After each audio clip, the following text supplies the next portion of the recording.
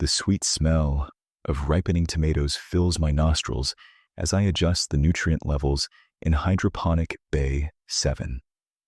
The artificial sunlight streaming through the dome's transparent aluminum panels feels warm on my shoulders, a perfect simulation of Earth's morning rays.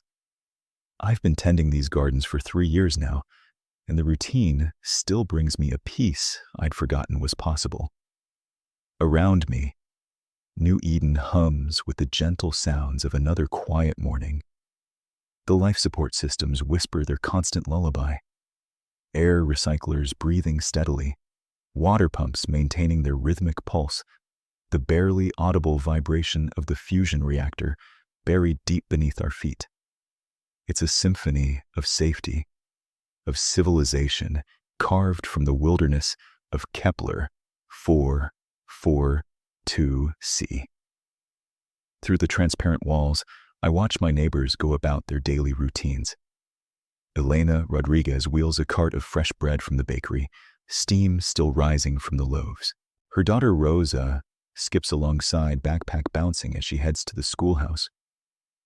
Old Henrik adjusts his atmospheric processor with the methodical patience that's kept our air clean and breathable for 5 years running.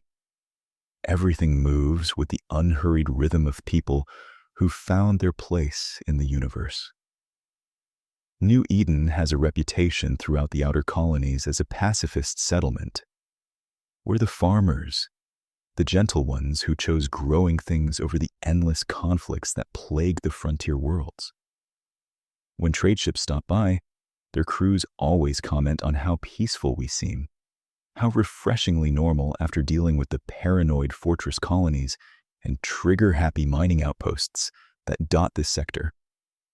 They're not wrong, exactly. We do value peace here. We chose this quiet corner of space specifically because we were tired of conflict, tired of the violence that seems to follow humanity wherever it spreads. The colony charter explicitly prohibits military installations, weapons manufacturing, or any activity that might provoke hostilities with our neighbors. I run my calloused fingers along a tomato vine, checking for any signs of disease or nutrient deficiency. These hands know the difference between healthy growth and the first hints of trouble. The skill translates well from my previous career. Different tools, different purposes, but the same attention to detail that kept people alive back then now keeps crops thriving. The children's laughter echoes off the dome walls as they chase each other through the central plaza before school starts.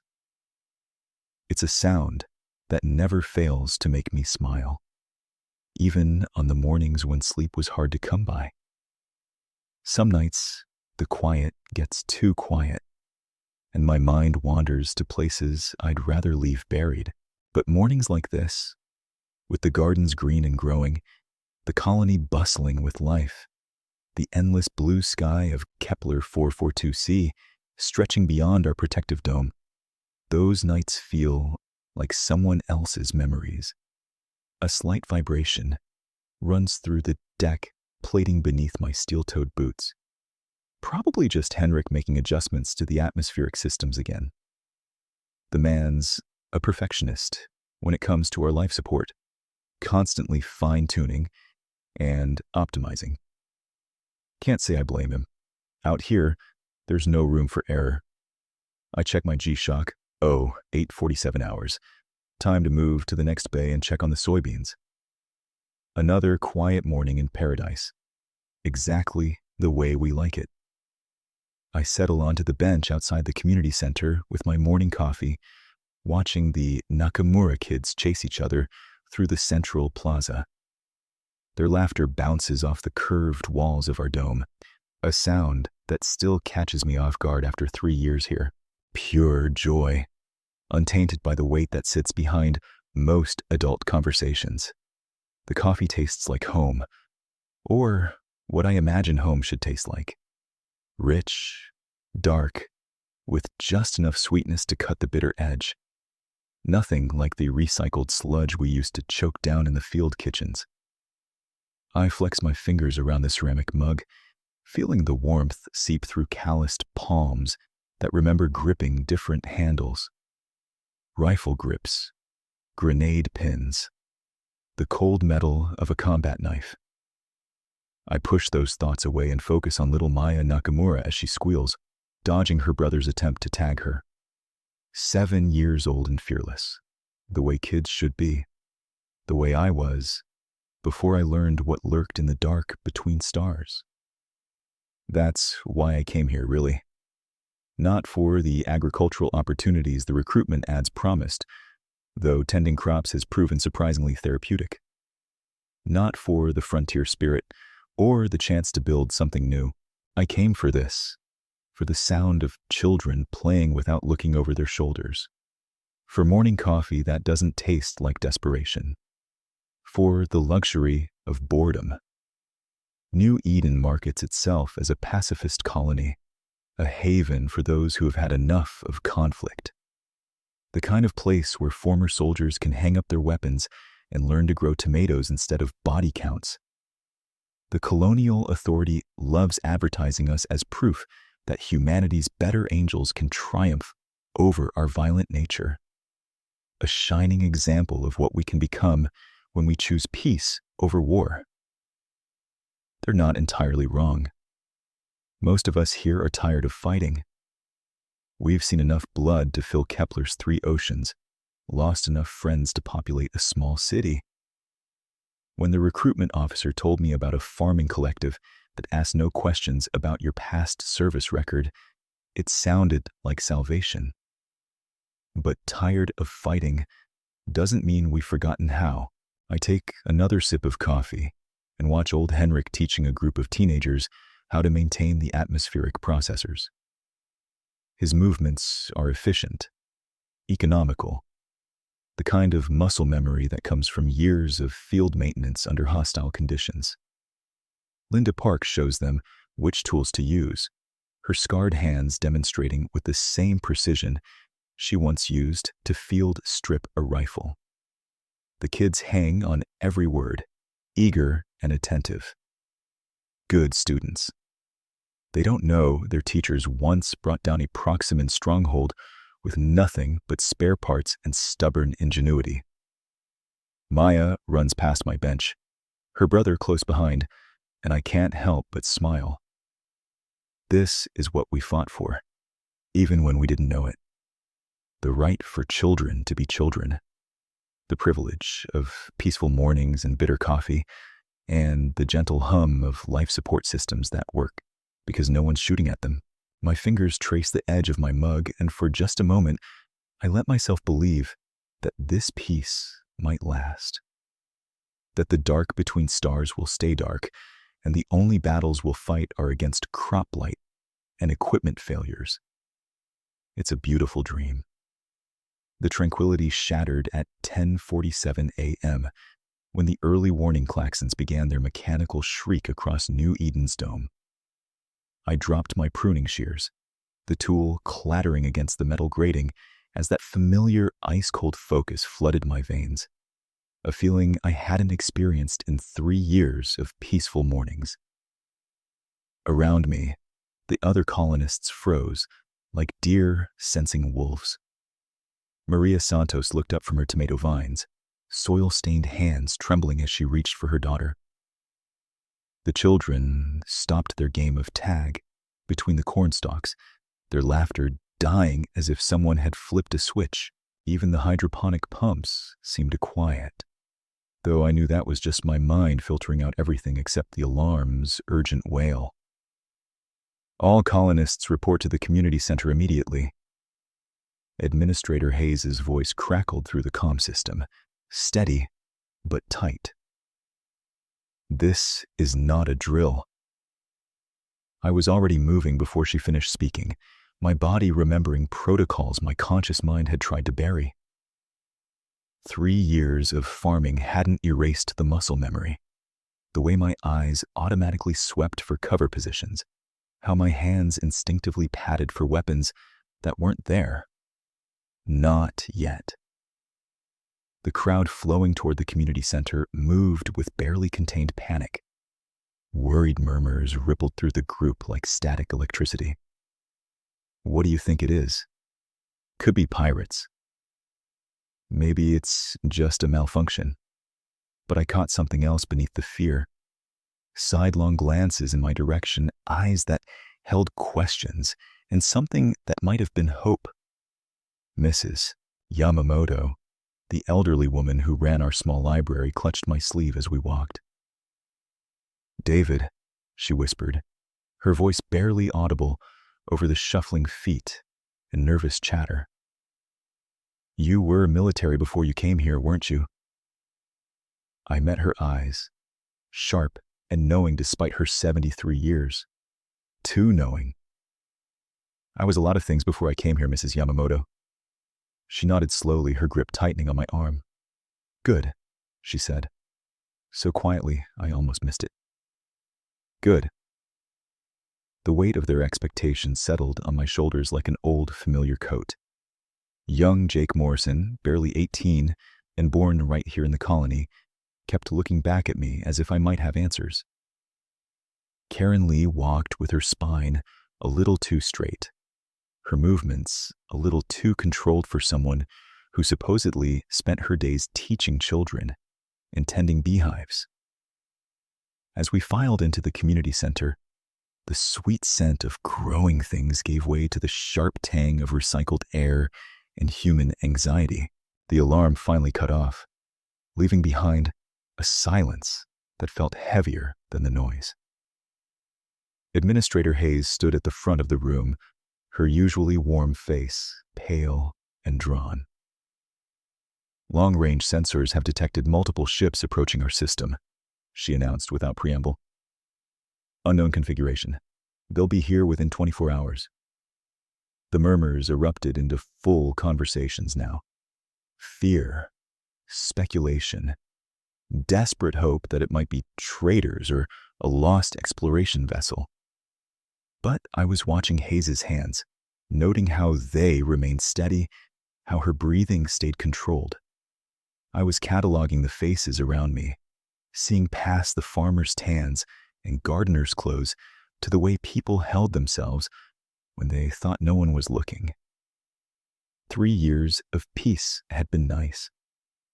But as I stood there listening to my neighbors' worried voices, feeling that cold certainty crystallize in my chest, I realized part of me had always been waiting for this moment. Some of us had come to New Eden to forget who we used to be. We might need to remember. The command center had been repurposed from an old grain storage facility, its curved walls still bearing faint stencils of wheat varieties alongside the newer holographic displays. I shouldered my way through the crowd of colonists packed into the space, their worried murmurs creating a low buzz that mixed with the hum of overworked ventilation systems.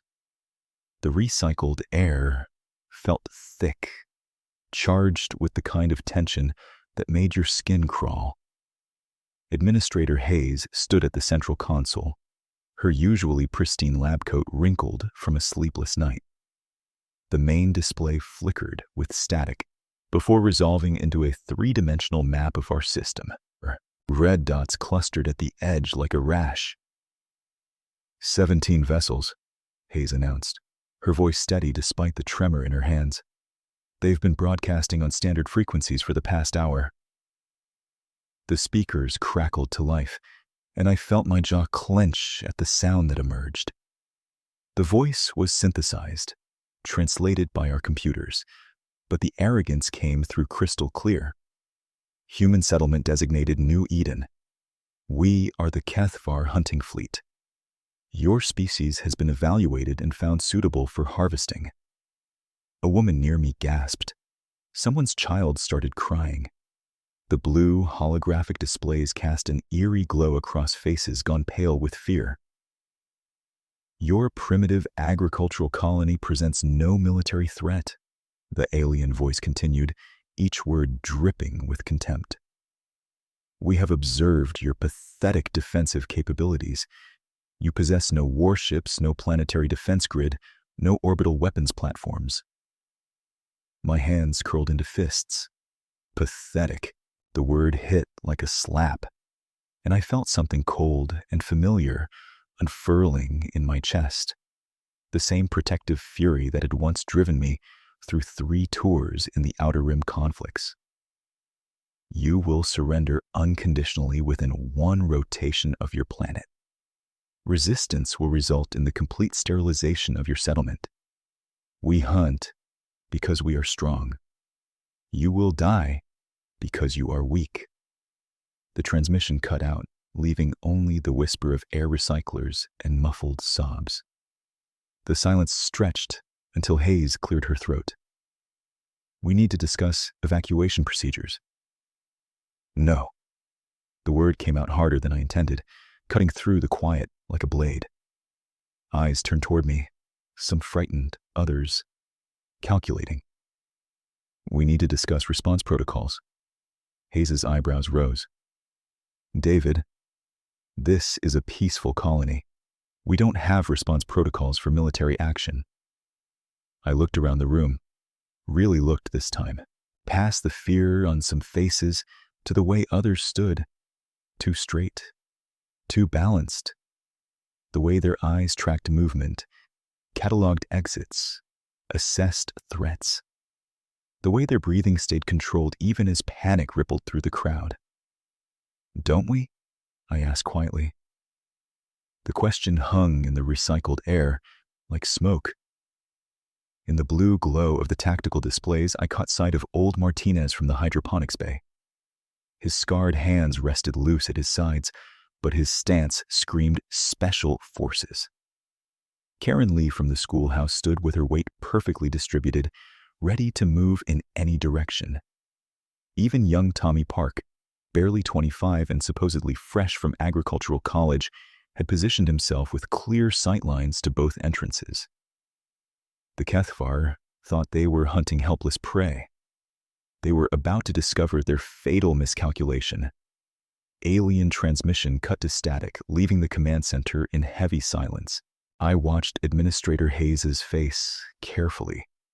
Her expression was grim but steady, no trace of the panic I'd expected. Around the room, the other colonists absorbed the news with an ease that made my old instincts prickle. 24 hours, Hayes said quietly. Her voice carried the kind of authority that comes from giving orders under fire, not from running agricultural committees. Everyone knows what that means. Murmurs of agreement rippled through the crowd, but not the terrified babble I'd anticipated. Instead, I heard the low, controlled tones of people processing tactical information. Mariah Santos, who ran the grain silos, stood with her weight balanced on the balls of her feet, hands loose at her sides, a stance I recognized from 100 briefings in 100 war zones. Near the back wall, Tom Nakamura shifted his position to get a clear view of both exits. The movement was subtle, unconscious, but I caught it. You don't develop that kind of spatial awareness tending vegetables. Evacuation protocols are in effect immediately, Hayes continued. Section leaders, you know your responsibilities. Families with children report to the community center. Everyone else, prepare your emergency kits and await further instructions. The crowd began to disperse, and I watched them move. Really watched them. No one pushed or shoved. No one ran. They filed out in organized groups with the kind of discipline that takes years to drill into soldiers. I noticed how they automatically left clear lanes for movement, how they instinctively positioned themselves to watch each other's backs. Karen Lee, the woman who taught our kids their letters and numbers, caught my eye as she passed. For just a moment, her carefully maintained teacher's demeanor slipped, and I saw something cold and predatory flicker across her features. She gave me the slightest nod, barely perceptible, but loaded with meaning. We see you too. My hands had stopped shaking. The familiar weight of purpose was settling into my bones, muscle memory awakening after years of dormancy. Around me, I could feel the same transformation happening to others. Postures straightened. Movements became more economical, more purposeful. The soft edges that came with peaceful living were hardening back into the sharp angles of warriors. James Wright, gentle James who helped birth our calves and never raised his voice, was speaking quietly into his comm unit. I caught fragments. Perimeter sweep, overlapping fields of fire, ammunition count. His weathered farmer's hands were rock steady as they adjusted the device's settings with practiced precision. Hayes appeared at my elbow. Her approach so quiet I almost missed it. Another skill that didn't come from administrative work. "David," she said softly, "walk with me."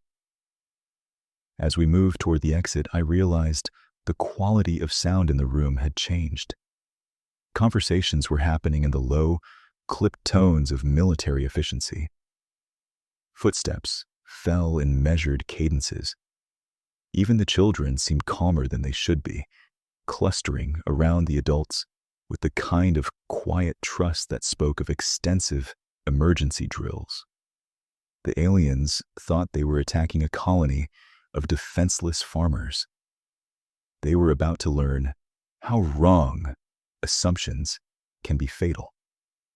I excused myself from the command center and walked with deliberate casualness toward the agricultural sector. To anyone watching, I was just another worried colonist checking on the crops before whatever hell was about to rain down on us. But my boots carried me past the hydroponic bays, past the grain silos to a weathered prefab structure that most people assumed held fertilizer and spare irrigation parts. The lock was biometric, disguised as a simple maintenance panel.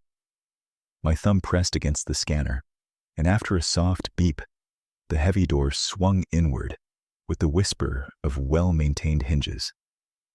The familiar smell hit me immediately. Gun oil and metal, the sharp tang of ammunition, the faint ozone scent of energy cells. It was like stepping back in time. Dust motes danced in the filtered light streaming through a single window as I surveyed what we'd hoped never to need again. Pulse rifles hung in neat rows along the walls, their polymer stocks gleaming dully. Crates of ammunition were stacked with military precision, each one labeled in the shorthand that came back to me like a half-remembered song. The weight of my old sidearm felt perfect in my hand as I lifted it from its foam-lined case. A Glock 47, modified for the slightly lower gravity of Kepler 442C. My fingers moved without conscious thought, checking the action, the trigger pull, the balance, muscle memory. 3 years dormant surged back with startling clarity. I could feel my shoulders squaring, my stance shifting into something that had nothing to do with farming and everything to do with staying alive. The tactical vest still fit, though it pulled slightly across my chest where good living had softened my frame. The familiar weight settled across my shoulders like an old friend's hand. Ammunition pouches, medical kit, field rations, everything exactly where it should be, where it had always been during those years I tried so hard to forget. I pulled out a data pad and began running inventory. 47 colonists, 47 sets of gear, enough ammunition for a prolonged engagement. The surface-to-air missile launcher Hayes had somehow acquired through agricultural supply channels was still in its crate, pristine and deadly. Even the children's emergency kits were here, scaled-down gear that I prayed we wouldn't need to use. A soft footstep made me turn. Elena Rodriguez stood in the doorway, her own vest already strapped on, a pulse rifle cradled with the easy competence of someone who'd carried one through 3 planetary conflicts. The grandmother who'd been teaching the Nakamura kids to braid bread this morning now looked every inch the former Marine sergeant she'd once been. "Inventory check?" she asked, her voice carrying none of the gentle warmth I'd grown accustomed to. 47 sets accounted for, I replied, falling automatically into the clipped cadence of military reporting. Full ammunition loads, medical supplies adequate for extended engagement. She nodded, checking her own weapon with practiced efficiency. The Cathvar think they're hunting farmers. I sealed the weapons case and shouldered my rifle, feeling the familiar weight settle into place. Outside, I could hear the distant hum of the colony's daily routine continuing. Children playing, machinery humming, life going on as if death wasn't riding toward us on fusion drives. Let them keep thinking that, I said, switching off the lights. It'll be the last mistake they ever make. We stepped back into the afternoon sunlight, and Elena secured the door behind us. To any orbital surveillance, we were just two concerned colonists checking on supplies. But underneath my work coveralls, the tactical vest pressed against my ribs like a promise. The weight of the concealed sidearm at my hip felt as natural as breathing. Sarah's organizing the children, Elena said quietly as we walked back toward the main settlement. Her grandmother voice had returned, but her eyes swept the perimeter with the methodical pattern of someone trained to spot threats. Emergency protocols, she's calling it. I knew what that meant. Sarah Hayes had been a combat instructor before she'd traded her uniform for teaching credentials. Her emergency protocols would have every child in the colony knowing exactly where to go, what to do, and how to stay alive when the shooting started. The late afternoon air carried the sound of normal colony life, the hum of atmospheric processors, the distant lowing of cattle in the outer paddocks, someone hammering repairs on a moisture collector. But underneath it all, I could hear something else now. The subtle change in rhythm that meant people were moving with purpose instead of routine. Equipment being shifted. Conversations held in lower tones. As we passed the workshop where Tom Kowalski was supposedly fixing a broken harvester, I caught a glimpse through the open door. His weathered hands weren't working on agricultural machinery. They were installing targeting systems on what had been, until this morning, a perfectly innocent grain transport. The old tank commander still knew his way around heavy weapons. "How long do you think before they figure it out?" Elena asked. I considered the question, watching a group of teenagers practice what looked like a fire drill, but moved with the coordinated precision of a tactical withdrawal. Depends how arrogant they are. The Kethvar have been raiding agricultural worlds for 3 years now. They'll expect panic, chaos, easy prey. And instead, I felt my lips curve into something that had very little to do with humor. Instead, they're going to learn why 47 former soldiers chose farming over fighting. The weight of my rifle, hidden beneath the loose coveralls, reminded me of choices made long ago. We'd come to New Eden to grow things instead of destroying them, to build instead of tearing down. But some lessons once learned never really leave you. And sometimes predators forget that prey can bite back. The morning after the ultimatum, I made my rounds through the colony under the pretense of coordinating evacuation preparations. What I found would have made any drill sergeant weep with pride. In Workshop Bay 3, Elena Vasquez had her grain harvester opened up like a dissected animal, its guts spread across oil-stained workbenches. The massive combine's cutting blades gleamed with fresh sharpening, but she wasn't stopping there. Sparks cascaded from her welding torch as she reinforced the machine's front armor plating, because apparently our farming equipment had always come with military-grade protection. The acrid smell of hot metal mixed with the chemical tang of the explosive compounds she was carefully measuring into what used to be fertilizer hoppers. "Evacuation Route 7 needs clearing," I told her, keeping up appearances for any listening devices the aliens might have deployed. Elena didn't even look up from her work. Understood. This baby should punch through any roadblocks we encounter. She patted the harvester's reinforced hull with genuine affection. Amazing how much ordnance you can hide in agricultural machinery when you know what you're doing.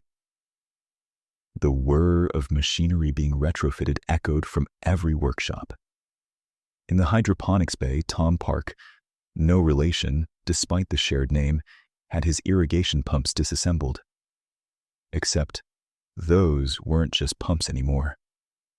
The pressure chambers that once pushed nutrient solution through our growing systems now housed proximity mines, each one disguised as a standard water recycling unit.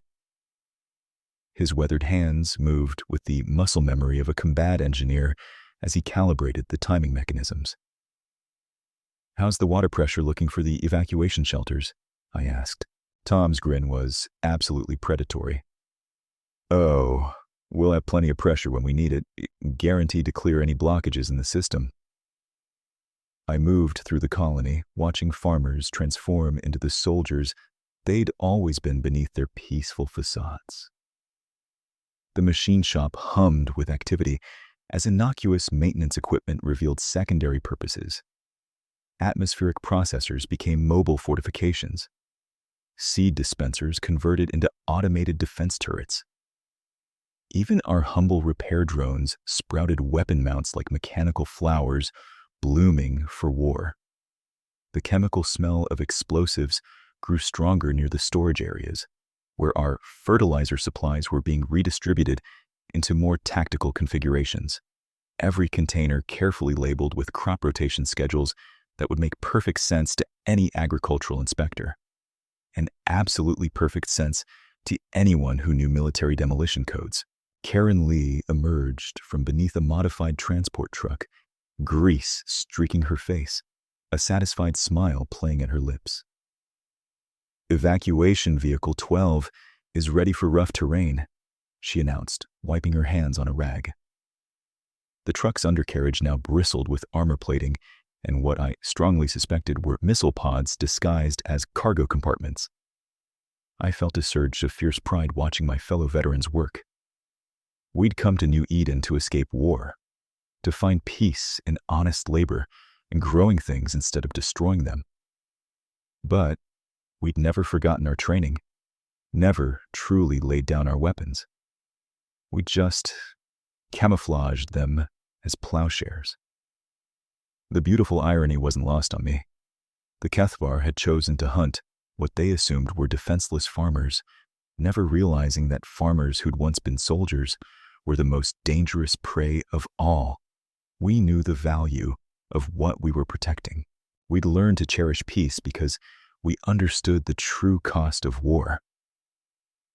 "David," Jenny Walsh called out from the communications array she was preparing for emergency broadcasts. Her fingers danced across control panels with the fluid expertise of a former signals officer. "I've got our evacuation coordination frequencies locked in. All teams will have perfect communication during the withdrawal." I nodded approvingly. Those frequencies would coordinate our defensive positions with surgical precision. The aliens would find themselves walking into a carefully orchestrated symphony of destruction, conducted by people who'd spent decades learning how to kill efficiently and had chosen instead to grow tomatoes. The whir of machinery and the spark of welding torches created a strange music throughout the colony. It was the sound of veterans preparing to remind the galaxy why humans had earned their reputation. The Kethvar wanted to hunt defenseless prey, but they were about to learn that there's a vast difference between choosing peace and being incapable of war. 22 hours until their deadline.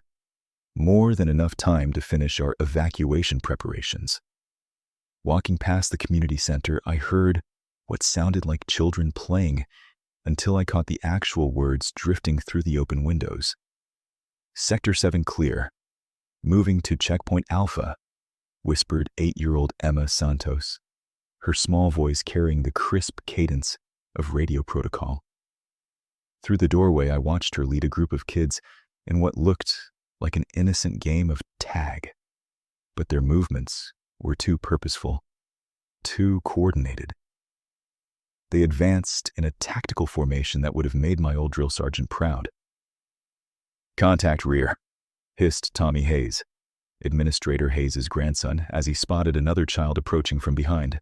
The group immediately shifted into a defensive circle, backs to center, scanning outward with the kind of situational awareness that should have been impossible for children their age. But then again, these weren't ordinary children. I leaned against the doorframe, watching Maya's small hands deftly strip and reassemble what I recognized as a training version of a pulse rifle. Plastic and electronics, but functionally identical to the real thing. Her movements practiced muscle memory that spoke of countless repetitions. When she finished, she passed it to the next child without looking, already reaching for the tactical radio components scattered across the table. "Time," called Karen Lee from her position by the window, where she'd been maintaining watch with a pair of modified binoculars. 4 minutes, 30 seconds. Better than yesterday. The children exchanged satisfied grins, but there was something haunting about the sight. These kids couldn't be older than 10, yet they moved with the quiet confidence of seasoned soldiers. Tommy adjusted the frequency on a communication device with the same casual ease other children might show playing with toys. "My dad says the bad ships will come tonight," Maya said matter-of-factly, beginning to pack the equipment into what looked like a school backpack, but had the reinforced stitching and specialized compartments of military gear. "We need to be ready for rapid deployment." Rapid deployment. The words hung in the recycled air, too heavy for such young voices. I thought about my own childhood, playing cops and robbers with water guns in imagination.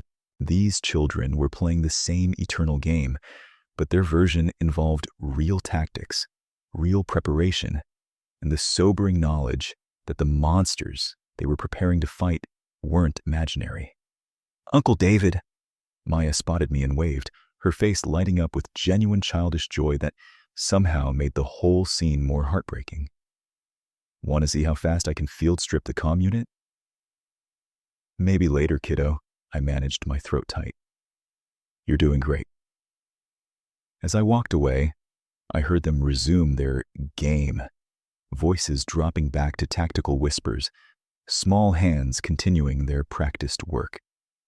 Behind me, the sound of children preparing for war mixed with distant laughter from the playground, where the youngest colonists, those still too small for even basic training, played with actual toys under the watchful eyes of parents who never quite relaxed their guard.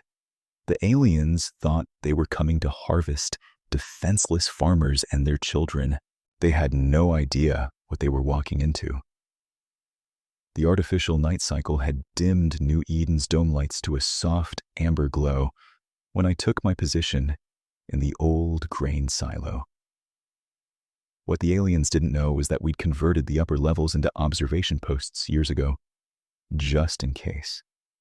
The night vision scope felt familiar in my hands as I settled against the reinforced wall, the weight of it triggering muscle memory I'd tried to forget. "Perimeter 1. Radio check," whispered through my earpiece. Linda's voice, calm and professional. No trace of the cheerful botanist who'd been discussing tomato yields 12 hours ago. "Perimeter 2. Clear," I responded, adjusting the scope's focus. The green-tinted display revealed the colony's outer fields in crisp detail. Everything looked peaceful. Too peaceful. That's when I saw them. 3 shapes moving through the wheat. Low, deliberate, following the irrigation channels. The aliens thought they were being clever, using our own crop rows for concealment. I tracked their movement, noting the systematic way they probed our defenses. They were mapping guard posts, timing patrol routes that didn't exist, cataloging weapon emplacements we'd made sure they could see. "Contact," I murmured into the radio. 3 scouts, Sector 7. following the irrigation grid toward the main dome. Copy that. Let them look. Elena's voice crackled through the static, carrying the authority of our tactical commander, a role she'd assumed by unspoken consensus the moment we'd started preparing for battle. Remember, we're just scared farmers with hunting rifles. I almost smiled at that. The hunting rifle beside me was actually a modified pulse rifle, its targeting system synced to the colony's defensive grid. But from a distance, it looked appropriately primitive. The lead scout paused near the pump station, and I got my first clear look at our visitors through the scope. Tall, angular, with that distinctive Kethvar armor that looked like it was grown rather than forged. They moved with the confidence of apex predators who'd never encountered real resistance. That confidence would be their downfall. Movement on the east perimeter, whispered another voice. Miguel, our livestock coordinator, who'd actually been a demolitions expert. 2 more contacts, they're testing response times. All stations maintain positions, Elena ordered. Let them think we're sleeping. But we weren't sleeping. Through my scope, I could see the faint glint of other observation posts, other watchers in the darkness. Mrs. Patterson in the water treatment facility, former sniper. Young Tommy Hayes in the communications tower, ex-intelligence. Even old Jake in the greenhouse had been special forces before his arthritis-forced retirement. The aliens continued their reconnaissance, mapping what they thought were our weaknesses. They counted our visible weapons, noted our patrol patterns, probably calculated how long it would take to break our resistance. They saw farmers and families, not the 47 decorated veterans who'd chosen New Eden precisely because we were tired of war. A distant engine hum reached my ears as their ship prepared to extract the ground team. Mission accomplished from their perspective. They had all the intelligence they needed to crush a defenseless agricultural colony. Package departing, I reported, watching the scouts melt back into the wheat. They bought it completely. Good. Elena's voice carried an edge of satisfaction. Get some rest, David. Tomorrow's going to be a long day. I settled back against the silo wall, keeping the scope trained on the fields until the alien engine sounds faded into the distance. The night vision display showed nothing but swaying grain and the gentle movement of our automated irrigation systems. Peaceful, serene, exactly what we wanted them to see. All stations stand down to normal watch rotation. Elena's final transmission crackled through. Sleep well, everyone. We've got farming to do tomorrow. The irony wasn't lost on any of us. We would be farming a harvest of justice for anyone foolish enough to threaten our home. As I began the climb down from the observation post, my joints protested the familiar weight of gear I hadn't worn in years. But underneath the ache was something else. A cold, patient satisfaction that I recognized from old campaigns. The aliens had made a critical error in their intelligence gathering. They'd seen what they expected to see. A soft target, easy prey, defenseless civilians ripe for conquest. They'd counted our visible defenses and found them wanting. They'd observed our daily routines and seen only mundane agricultural work. What they hadn't seen were the underground bunkers beneath the wheat fields, the concealed weapon caches disguised as equipment sheds, the communication arrays hidden in our grain silos. Most importantly, they hadn't recognized the calm efficiency with which we'd prepared, not the panicked scrambling of farmers, but the methodical readiness of soldiers who'd done this dance before. I paused at the silo's base, breathing in the night air that carried the scent of growing things and distant ozone from the dome's atmospheric processors. Somewhere out there, in the darkness, the Cathvar were probably congratulating themselves on finding such easy prey. They were calculating minimal resistance, quick victory, profitable conquest. Tomorrow they would learn why 47 veterans had chosen to disappear into the agricultural core. Not because we were weak, but because we were tired of killing, we'd come to New Eden seeking peace, hoping never to pick up weapons again. But some lessons, once learned, are never forgotten. And some lines, once drawn, must never be crossed. I checked my watch. 0347 hours. In less than 20 hours, the aliens would return for their harvest. They would find New Eden waiting for them, just as peaceful and defenseless as they expected, right up until the moment we reminded them why humans had earned their reputation among the stars. The first plasma bolts lit up the pre-dawn sky like artificial lightning, streaking down from the Cathvar ships in brilliant blue-white arcs. I pressed myself against the reinforced concrete wall of the underground bunker, feeling the vibrations travel through the floors the aliens found their first targets, our carefully prepared decoys. Thunder rolled across New Eden as they hammered what they believed were our defensive positions. The old water treatment facility erupted in a satisfying fireball, sending chunks of deliberately weakened concrete spinning through the air. Maria had done excellent work rigging those charges to go off at the first hit, making it look like a catastrophic failure rather than controlled demolition. Through the periscope feed, I watched the aliens methodically work down their target list. The communications array, actually a dummy built from scrap metal and blinking lights, vanished in a cloud of superheated vapor.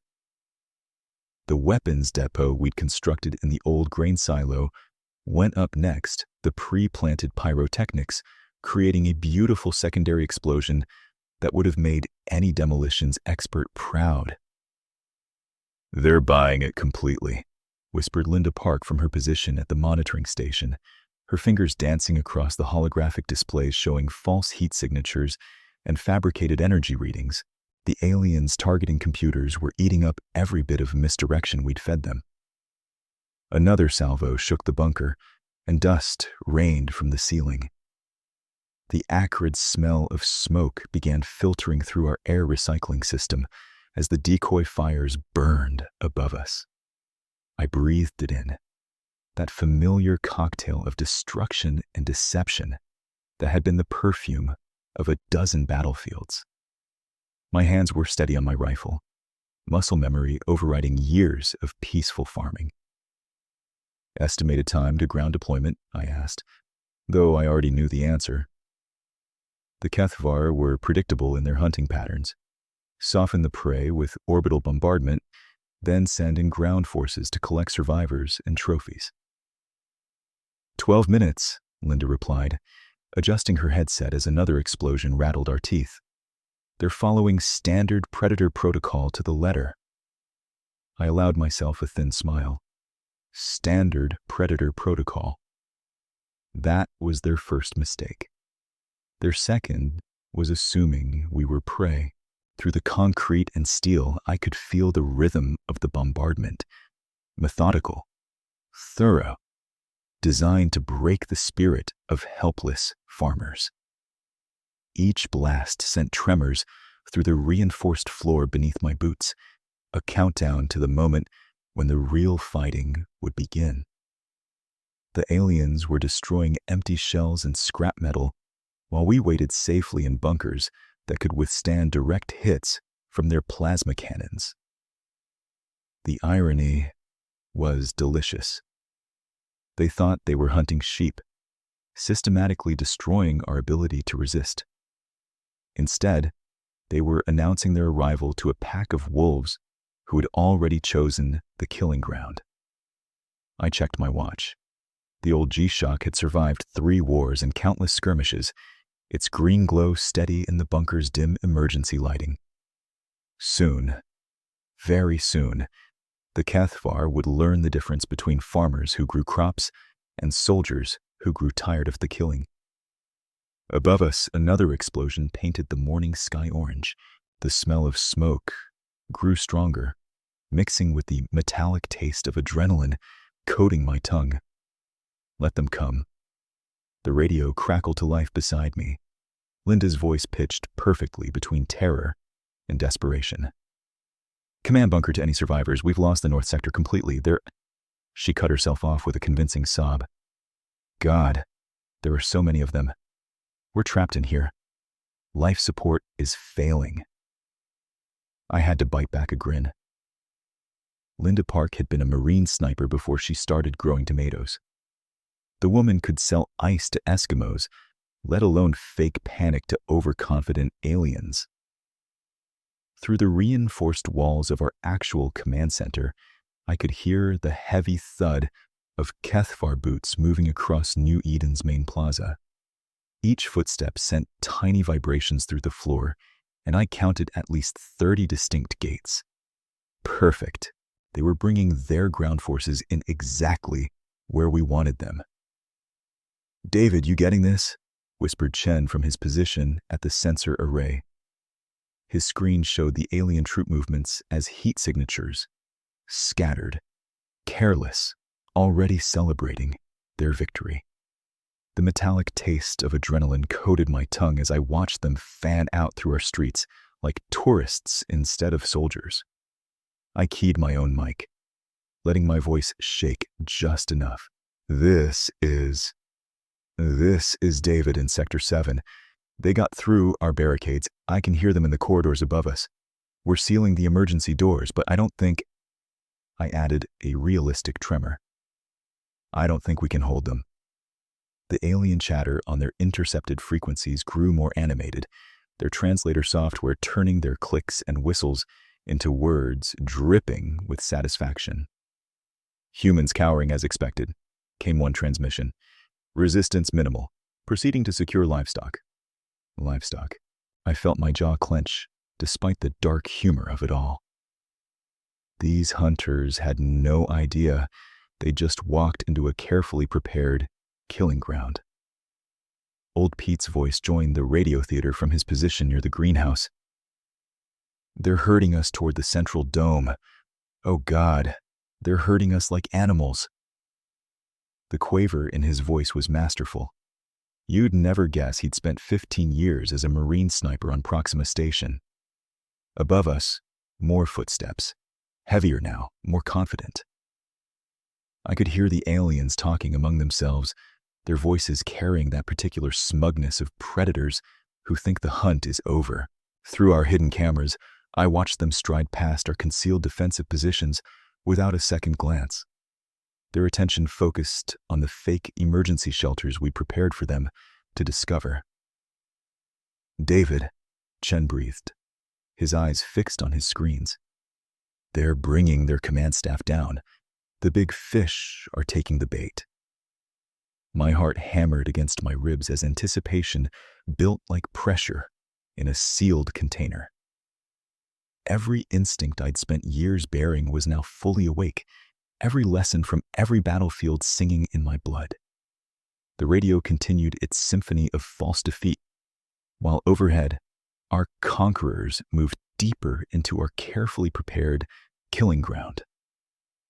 Soon, very soon now, these hunters would learn the difference between prey and predator, and we'd make sure it was a lesson they'd never forget.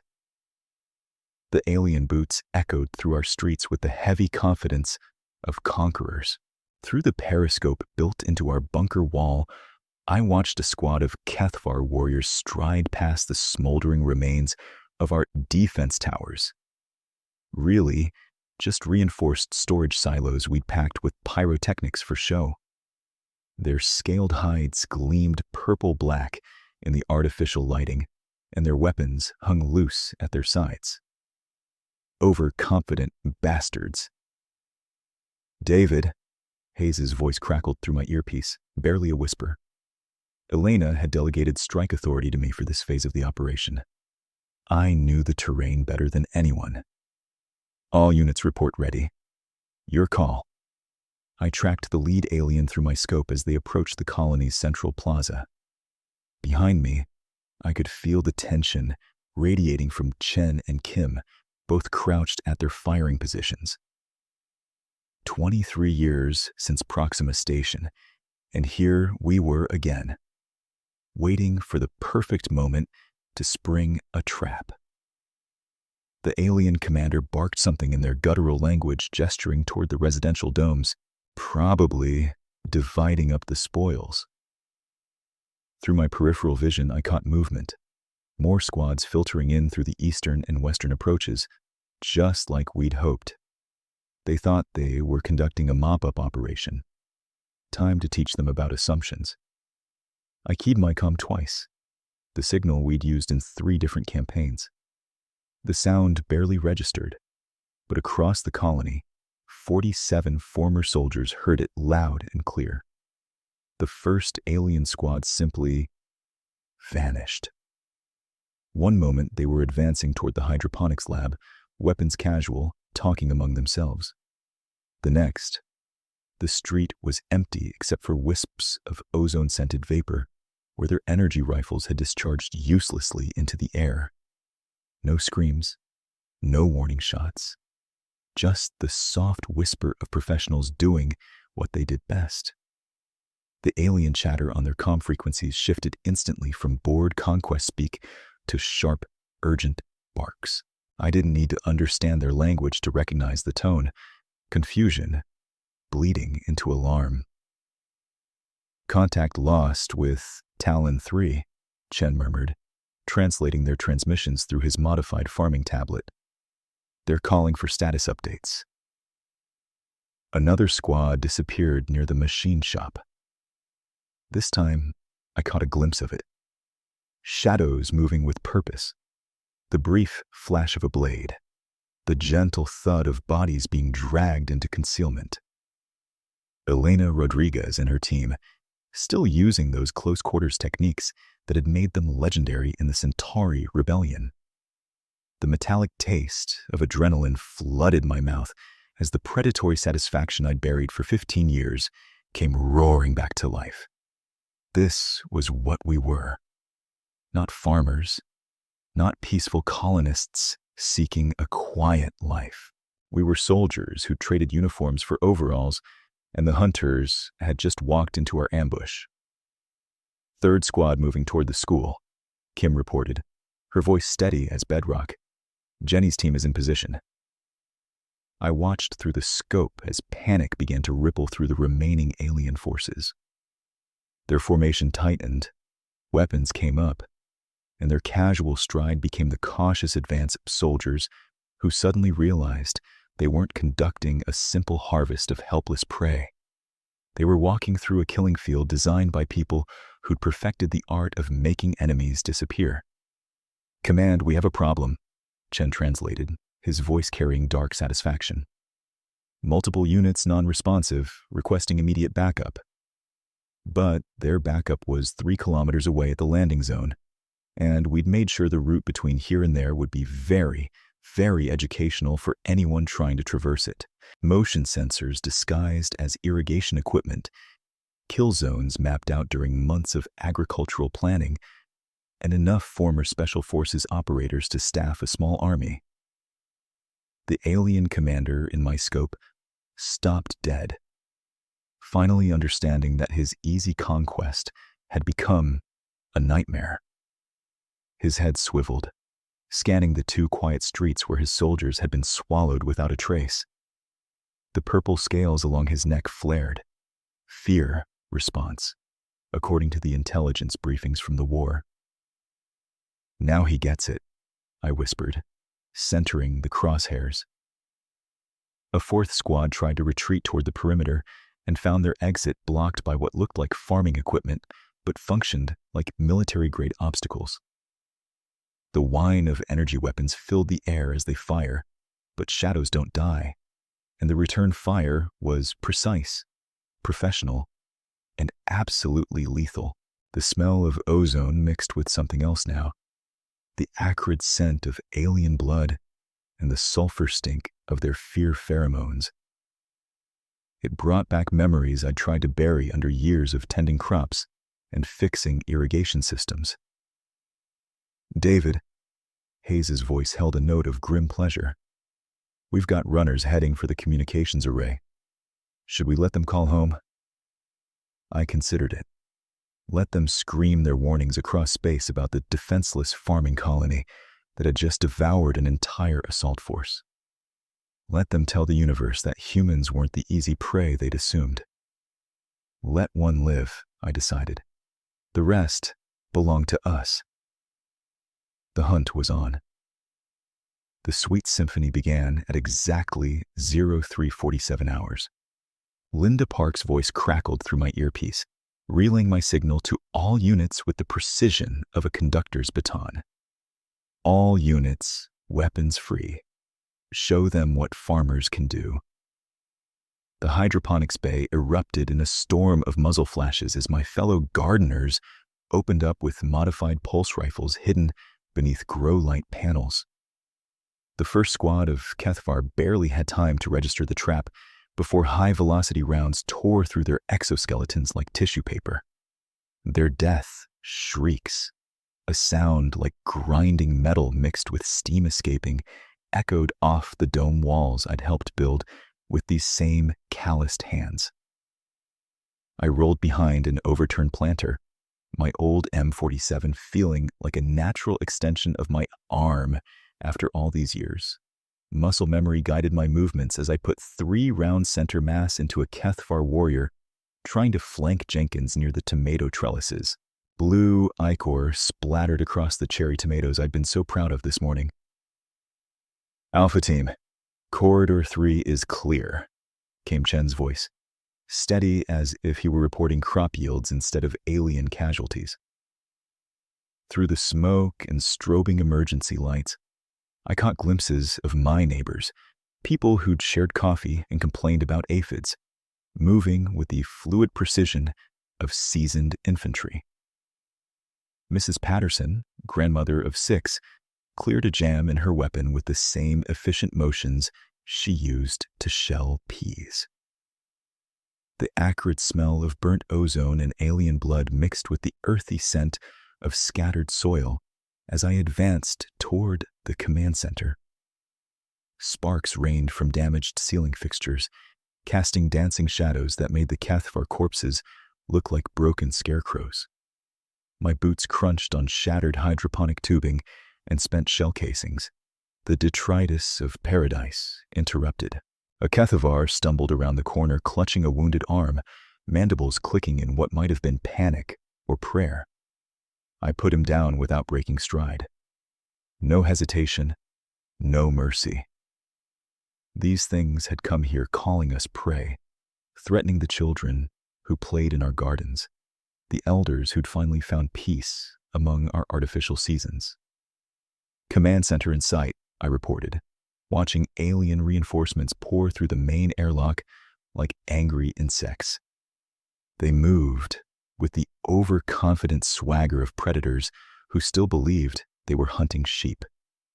The bitter irony tasted like copper pennies on my tongue. Behind me, I could hear the methodical chatter of our defensive positions, each burst of gunfire a declaration that New Eden's farmers had roots that ran deeper than soil. We'd cultivated more than crops in this dome. We'd grown a family worth killing for. The joy that flooded through me wasn't the gentle satisfaction of a successful harvest. This was the fierce, primal pleasure of a guardian protecting his territory, a wolf finally free to bare his teeth. For 3 years, I'd buried the soldier beneath the farmer. Now, as alien blood watered the floors of our sanctuary, both halves of my soul sang in perfect harmony. These hunters wanted to see what humans were capable of when cornered. Time to show them how farmers reap what predators sow. The Kethvar command ship's bridge reeked of burnt ozone and something else, a sharp, acrid smell I'd learned to recognize during the war. Fear pheromones. The alien commander crouched behind his overturned tactical display, Blue blood splashed across his elongated skull where shrapnel had caught him. "Impossible," he wheezed, his translator crackling with static. "You are farmers. Peaceful. Our intelligence confirmed. Your intelligence was shit." I kept my rifle trained on his center mass as I stepped over the bodies of his bridge crew. Behind me, Linda Park, our head botanist, who'd actually been a Marine sniper, swept the room with practiced efficiency. The acrid smoke from damaged systems made my eyes water, but my aim never wavered. The commander's forearms trembled as he raised them in what I assumed was surrender. His breathing came in rapid, shallow gasps that fogged the faceplate of his environmental suit. "Please, we yield. We withdraw. Your colony is not worth..." "Not worth what?" I moved closer, close enough to see my reflection in his compound eyes. "Not worth the lives of my neighbors, my friends, the children who were playing in the gardens this morning?" We did not know. The desperation in his voice cut through the translator's mechanical tone. "You hide what you are. You deceive." A bitter laugh escaped my throat. "We didn't deceive anyone. We just wanted to be left alone." I gestured toward the tactical screen still flickering with data from his failed assault. New Eden isn't a military colony. It's a retirement community. His mandibles clicked in confusion. "Retirement? Every person down there fought in wars you can't imagine. We came here to grow vegetables and watch sunsets and forget the taste of gunpowder." The weight of my rifle felt familiar, comfortable in a way that made my chest tight. "We hung up our guns to pick up gardening tools. We traded barracks for farmhouses." The commander's breathing grew more labored. Through the viewports, I could see his remaining ships beginning to pull back, their formations scattered and broken. Good. The message was getting through. "But here's the thing about old soldiers," I continued, my voice steady despite the rage burning in my chest. "We never really forget how to fight. And when someone threatens our peace..." I let the sentence hang in the recycled air between us. "Mercy," he whispered. "We ask for mercy." I thought of Mrs. Patterson, 73 years old, who'd spent the morning teaching alien children how to properly prune tomato plants. I thought of the fear in their eyes when the alarm started. I thought of how she'd calmly retrieved her sniper rifle from beneath the greenhouse floor. "You came here to hunt helpless prey," I said. "You found something else entirely." The commander flinched at something in my tone. "Here's your mercy. Tell every hunting fleet, every raider, every predator species out there, New Eden is off limits. We just want to farm in peace. But if you force us to remember what we used to be..." I smiled, and I knew it wasn't pleasant. "Well, you've seen what happens." His species' equivalent of a nod was rapid and desperate. Yes, we will tell them." The silence that followed was almost jarring after hours of weapons fire and alien death screams. I stood in the command center, watching the scattered Kethvar ships flee on our displays, 3 vessels limping away from what should have been their easy conquest. My rifle hung loose in my hands, barrel still warm against my palm. "All squads, report status." Linda's voice crackled through the comm, steady as always. She'd been a sniper in the Titan campaign, and even now her training showed as she coordinated casualty reports with the same calm efficiency she once used to save lives under artillery fire. "Sector 7 clear. 2 wounded, nothing serious. Hydroponics secured. Minor structural damage to Dome 3. Armory intact. We've got enough left over to discourage any thoughts of a return visit." I allowed myself a small smile at that last one. Chen always did have a talent for understatement. The alien bodies scattered throughout our colony would send a clear enough message to any other hunting fleets looking for easy prey. The medical bay had been set up in the community center, and I made my way there through corridors that still smelled of ozone and scorched metal. The soft beeping of portable monitors filled the air as our people, farmers who'd once been soldiers, soldiers who'd chosen to become farmers, tended to the wounded with practiced hands. Maria Santos sat on a cot, her left arm in a sling, directing two colonists as they splinted Jake Morrison's leg. She'd been a combat surgeon before she came here to grow tomatoes and raise her grandchildren. Now she worked with the same focused precision, just trading scalpels for bandages. "How bad?" I asked, settling beside her to help hold the splint steady. "Nothing we can't handle," she said, her weathered hands gentle despite their strength. "Few burns, some shrapnel wounds. We got off lighter than we should have." Lucky. I supposed we had been, though luck had little to do with it. The Kethvar had expected farmers and found soldiers instead. They'd prepared for a harvest and walked into a meat grinder. Through the dome's transparent aluminum, I could see the first pale light of dawn breaking across New Eden's purple sky. The twin moons were setting behind the mountains, and soon our sun would burn away the smoke still drifting from the alien crash sites. Children's voices echoed from the residential sector, the youngest colonists emerging from the shelters, chattering excitedly about the fireworks they'd heard during the night.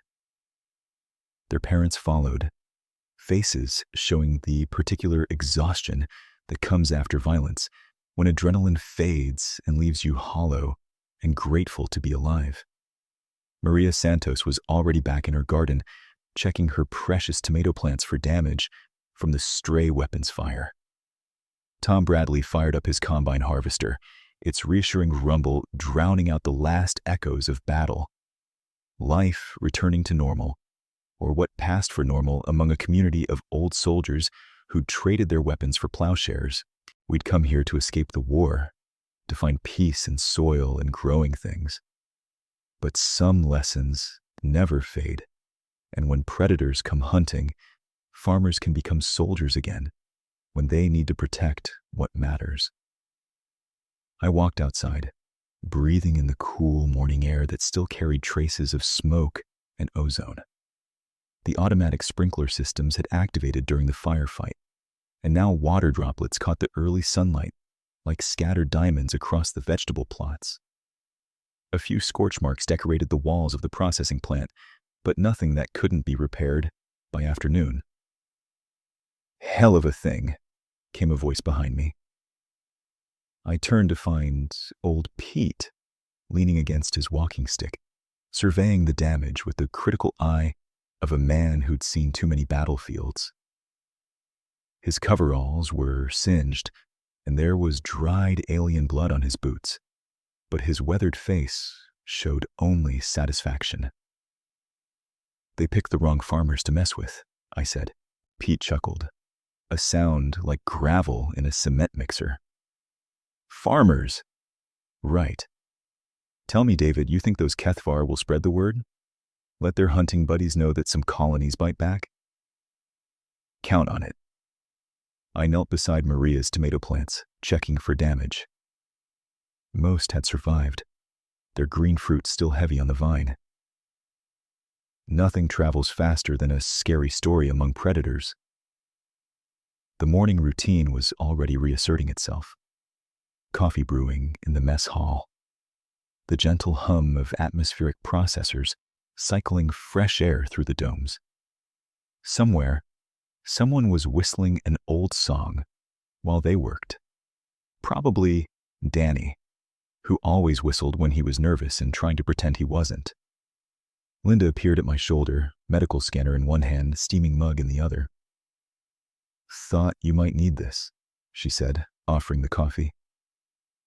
I accepted it gratefully, letting the warmth seep through my calloused palms. "How's the count?" 14 wounded, all stable. We lost 3. She paused, and I heard the grief she was holding back. Old Jake, Tommy Park, Mrs. Yamamoto. She took a plasma bolt covering the children's retreat. Her voice carried the weight of someone who'd done everything she could but still couldn't save everyone. The Hendersons want to know if we're still having the Harvest Festival next week. I almost laughed at that. Of course they did.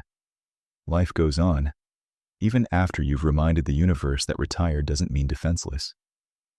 Tell them yes, I said, watching the sun climb higher over our peaceful little colony.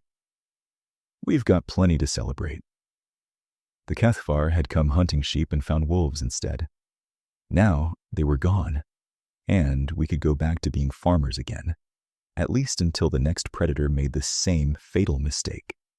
5 years later, I stood on the observation deck of the newly completed Galactic Trade Station, watching ships from a dozen species dock at the orbital hub humanity had helped design. The station orbited New Eden, our little farming colony that had proven to the galaxy what humans were made of. The Cathvar hunting fleet was gone, not just from our system, but from existence. Word had spread faster than their ships could travel. Stories of the defenseless farmers who'd slaughtered an entire assault force. Other hunting fleets had quietly changed their targeting parameters. Human worlds, it turned out, weren't worth the trouble. Fleet Commander Thraxul, the one who delivered that first ultimatum, had survived our counterattack. He'd been captured trying to flee in an escape pod and was now serving a life sentence on a rehabilitation station near the galactic core. I'd heard he spent his days teaching young aliens about the dangers of underestimating their prey. Fitting punishment for someone who'd called us livestock. Linda found me at the viewport, her reflection appearing beside mine in the glass. She still carried herself like the Marine veteran she'd been, but the tension that had lived in her shoulders during the war years had finally eased. "The Henderson kids are asking about you," she said. "They want to know if you'll teach the next survival class." I smiled at that. The children who'd hidden in our shelters during the attack were teenagers now, and some of them had decided they wanted to learn the skills their parents had hoped to never use again. We taught them anyway, not to make them soldiers, but to make sure they'd never be victims. Through the viewport, I could see New Eden's surface far below, green and gold with restored farmland, the scars of battle healed over with new growth. Mrs. Patterson's grandson now ran the bakery. Elena's tomatoes had won first prize at the regional agricultural fair 3 years running. Old Henrik had finally retired, passing his atmospheric processors to apprentices who'd never known a world where the air tasted like fear. "You know what the Zelani ambassador asked me yesterday?" Linda said softly. "What's that?" She asked why we didn't demand tribute from the Cathvar survivors, why we didn't make ourselves the new hunters. I thought about that for a long moment, watching a Cathvar trading vessel, yes, they traded now, instead of raided, maneuver past a human freighter. Both ships exchanged greeting signals in the universal language of commerce. "What did you tell her?" Linda smiled. "I told her we didn't fight for the right to hunt. We fought for the right to farm in peace. And that's exactly what we're doing." Below us, New Eden turned slowly on its axis. The wheat fields swayed in the morning breeze. Children played in the central plaza, where aliens had once demanded we kneel. The hydroponic bays hummed with life, growing food instead of fear. The sweet smell of coffee drifted from the station's cafeteria, mixing with the scent of alien cuisine as species that had once preyed upon each other learned to share meals instead of making them of each other. We'd come here to escape war, to find peace in soil and growing things. We'd been forced to remember what we used to be. But in the end, we'd become something better. Not just farmers who could fight, but fighters who'd chosen to farm. And that, more than any victory, felt like coming home.